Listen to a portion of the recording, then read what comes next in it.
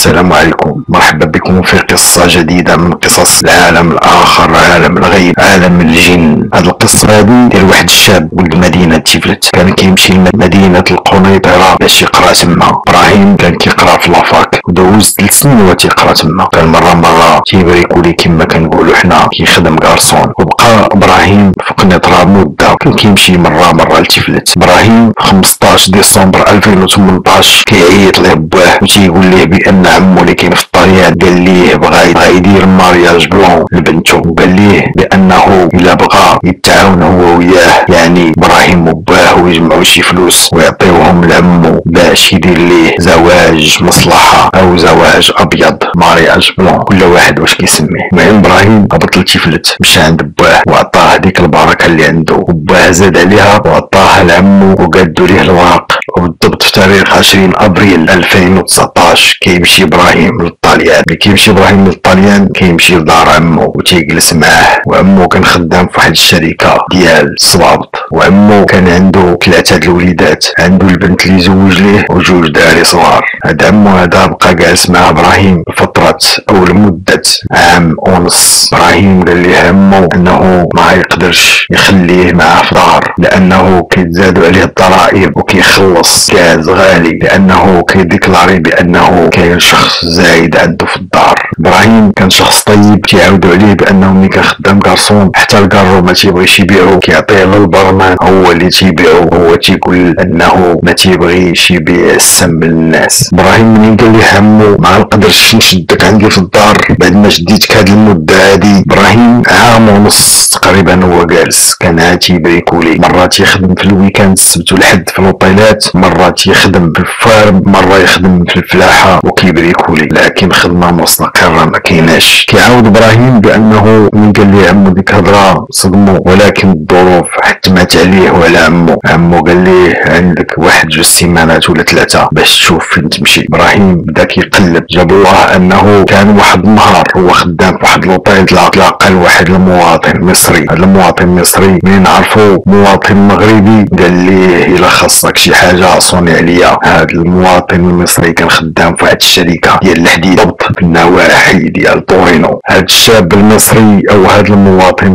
المصري قال لإبراهيم إلا احتاجيتي شي حاجة صوني عليا. إبراهيم حصل وحشم، ولكن ضر أنه يصوني على ذاك المصري اللي سميتو أحمد. صونى عليه قال ليه الله يجازيك بخير أنني راه وليت متشرد، عمي قال لي خاصك تقلب فين تمشي تسكن. أحمد مباشرة مشى عند إبراهيم وقلب عليه ومشى عنده وجابه من دار عمو وجاب لي حوايجه وداه عنده الدار. وأحمد هذا المواطن المصري كان ساكن مع واحد الباكستاني، كانوا ساكنين بجوج كيخدموا في واحد الشركة ديال الحديد. هذا المواطن المصري استقبل إبراهيم في الدار عنده، هذا المواطن المصري أحمد استقبل إبراهيم عنده وقال ليه جلس في الدار معنا هنا وما تفكر في شي حاجة حتى غادي تلقى الخدمة. هذا المواطن المصري غيخدم مع إبراهيم خدمة ديال الرجال. المواطن المصري كيقول إبراهيم ملي تيبغي يمشي للخدمة كيخلي لي الفلوس عند راسي، كنفيق تلقى الفلوس. كيقول إبراهيم تنوض منين تلقى الفلوس، وبأن أحمد خلى لي الفلوس عند راسي تنفيق تنبدا نبكي، كنبقى نبكي. قال لي هذا المواطن المصري راجل واحد الدرجة ما تصورش، إنسان ظريف، إنسان مؤدب، إنسان صريح، إنسان كيبغي الخير، ولكن أنا ما بغيتش نتقل عليه. وكان هذا المواطن المصري كيقول إبراهيم بأنه كيدبر ليه مرة شي خدمات باش يبريكولي. تيقول ليه إبراهيم ما عمرك ما تفكر في شي حاجة مادام أنت ساكن معنا أنا وهذا السيد الباكستاني. كيقول إبراهيم أن ذاك السيد الباكستاني سيد ملتزم تيصلي وما تيهضرش معايا وما تيقول لي حتى شي حاجة، وتيقول لي خذ براحتك واخا أنا ما تنفهموش، ولكن كيقول لي أن أحمد تيشرح لي اش كيقول لي. قال لي ديما ناشطين معايا وضحكين معايا تيفوجوا عليا، ولكن أنا حاس براسي مضيق عليهم. قال لي كيقول إبراهيم بأن أحمد ديما تيقلب عليه فين ما كانت شي خدمة يبغي يدخلو لها يبريكولي في الآخر السيمانة في الويكاند، يدبر عليه في لي ريستو، يدبر عليه في أي حاجة. قال لك وكان أحمد ديما تيدبر عليه في واحد المخبزة ديال شي مصريين في الويكاند تيكون عندهم الضغط، كيمشي إبراهيم يخدم مع دوك المصريين. واحد النهار داك الباكستاني وأحمد المصري كان عندهم واحد الباترون في الشركة وقال لهم بأنني بغيت شي واحد يخدم لي عساس في واحد 2 فيلا ديال خوتي كاينين في ألمانيا. إبراهيم منين جا عنده احمد وداك الباكستاني وعرضوا عليه هذا العرض ما ترددش، وتيقول ابراهيم بانني ما ترددتش بانني نقبل هذا العرض. قال لي ومشيت معاهم، تلاقيت لهذا الشخص مواطن ايطالي، قال لي ها هما الديور، وهاد الدار الاولى فيلا والباس ديالها فيلا اخرى، هما فيلات كبار ديال جوج مواطنين خوت ايطاليين كاينين ديار الالمانيه.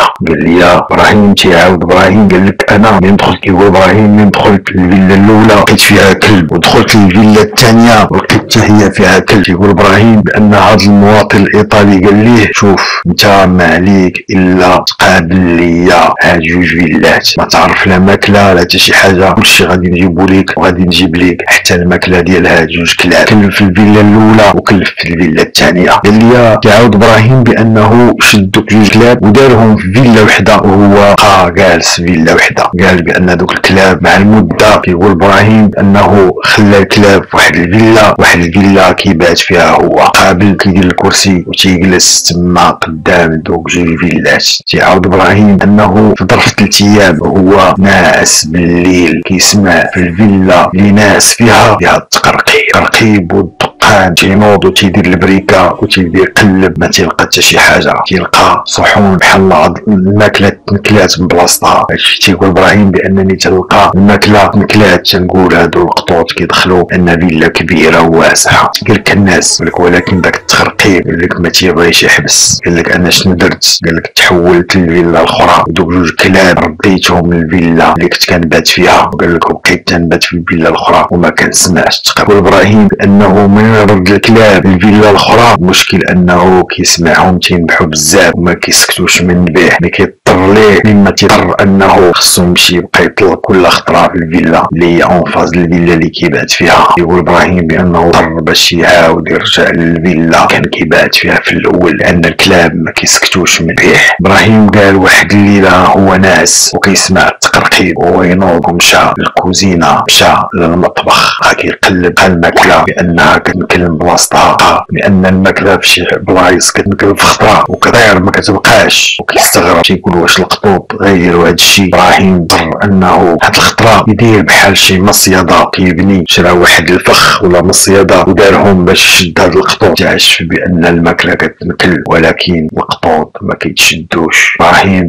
جالس واحد النهار الليل كامل تيتسنى يشوف شكون كيجي ياكل ليه هاد الماكله. ابراهيم تيقول شعل الضوء وهو جالس وهو مريح، قال لك سمع التقرقيب ومشى كيجري، ما كيلقى حتى شي حاجه لا قط لا والو، وانما تلقى ثلاجه محلوله. ابراهيم هو تيقول شكون اللي حل الثلاجه؟ واش كاين شي واحد معايا هنا؟ ابراهيم تيقول انه في ديك الليله يحس بان شي شخص كاين معاه في الدار، ولكن راسو ما شايف والو. سد الثلاجه ومشى رجع وطفى الضوء ورجع وناس. قال لك ولكن كيسمع التقرقيب ودار راسو ما كيسمع والو حتى الصباح. كيقول ابراهيم بانه حشم يقولها المواطن المصري احمد، وحشم يقولها حتى لذاك الباكستاني اللي داروا فيه اكبر خير. في الاخر قول لهم بانني كنسمع اصوات وتخرقيب. غيقولوا كيقول ابراهيم خفت يقولوا واش هذا دبرنا ليه خدمه، تيقول لينا انا كنسمع الاصوات وكنسمع التخرقيب. احمد بقى ساكت، بقى كيبات في ديك الدار رغم التخرقيب. واحد النهار تيقول ابراهيم بان المواطن الايطالي اللي خدام عنده جاب ليه الدجاجه كامله باش يتعشى بها، ولكن ابراهيم تيقول بانني هذيك النهار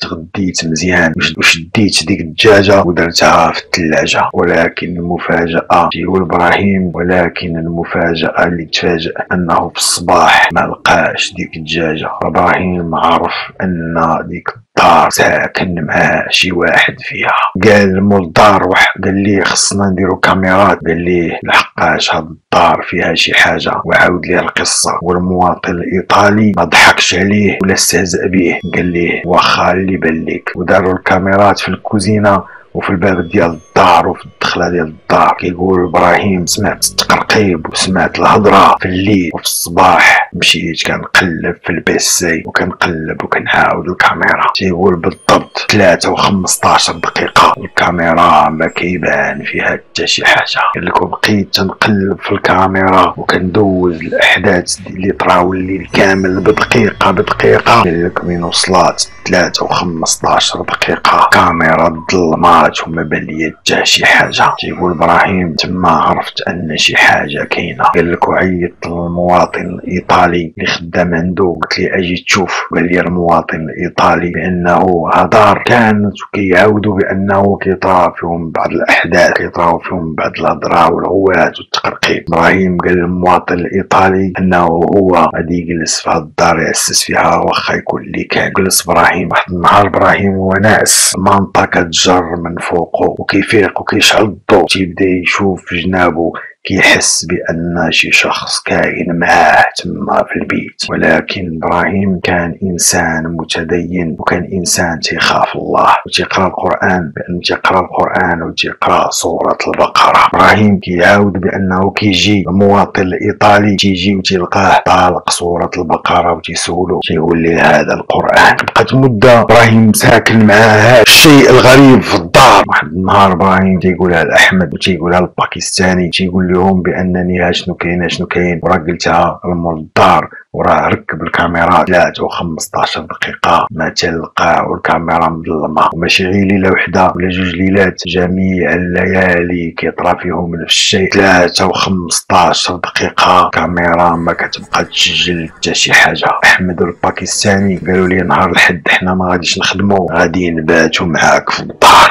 وباتوا معاه في الدار جالسين كيهضروا كيضحكوا. احمد قال لابراهيم شحال دابا في الساعه؟ قال ليه دابا 3. قال ليه بقات 15 دقيقه. مشينا للمطبخ وجلسنا انا والباكستاني والمصري في وسط المطبخ في واحد الطبله فيها الكراسه، وبقينا جالسين توصلت علينا 3 و15 دقيقه. قال لك وهي ترى المفاجاه الكبرى، قال لك طفى علينا الضوء، سد علينا الباب ديال المطبخ. قال لك اضطر احمد يشعل البورطابل ويدير الضوء ديال البورطابل وبقى يشوف. قال لك بقينا كنحسوا بالماء تيتحركوا، حسينا ان شي شيء غريب كاين معانا في وسط المطبخ. وشعلنا البورطابلات وبقى احمد كيهضر تيقول شكون كاين معنا هنا، تيقولها بالعربيه وتيقولها بالايطاليه، وحنا متوجهين للباب باش نخرجوا وشاعنين الضوء ديال البورطابلات وحاضيين، وحنا كنسمعوا واحد الصوت. تيقول ابراهيم واحد الصوت خشن، واحد الصوت غريب ما يمكنليش نوصفه. كيقول ابراهيم خرجنا من المطبخ ومشينا جلسنا في البيت وحنا كنتعودوا من الشيطان الرجيم وحنا جالسين. واستغرب احمد من هذه الاحداث وبقينا جالسين تنهضروا حتى صباح علينا الصباح. تيقول ابراهيم بان احمد المواطن المصري قال ليه ما تبقاش تبات في هذه الفيلا، بات في الفيلا الاخرى وخلي الكلاب هنا. ابراهيم قال ليه باني ملي كندير الكلاب في هذه الفيلا اللي كيطراو فيها هذه الاحداث ما كيسكتوا لياش من النبيح. تيقول ابراهيم بان نهار الاثنين في الصباح كيمشي المواطن المصري احمد ومع الباكستاني اللي خدمتهم، وتنبقى انا في ديك الفيلا وكندير الكرسي في الزنقه وتبقى جالس في الجرده حتى كتضرب الظلمه وتندخل داخل الفيلا وكنشعل التلفازه وكنجلس. وملي كتوصل 3 ديال الصباح و4 كيبداو دوك الاحداث الغريبه يطراو. قال لي هاد الليله وانا ناس ملي وصلت 3 و4 وانا طافي الضوء كنحس بشي تقرقيب حدايا، كنشعل البورطابل كنشوف شي خيالات كيدوزو من حدايا.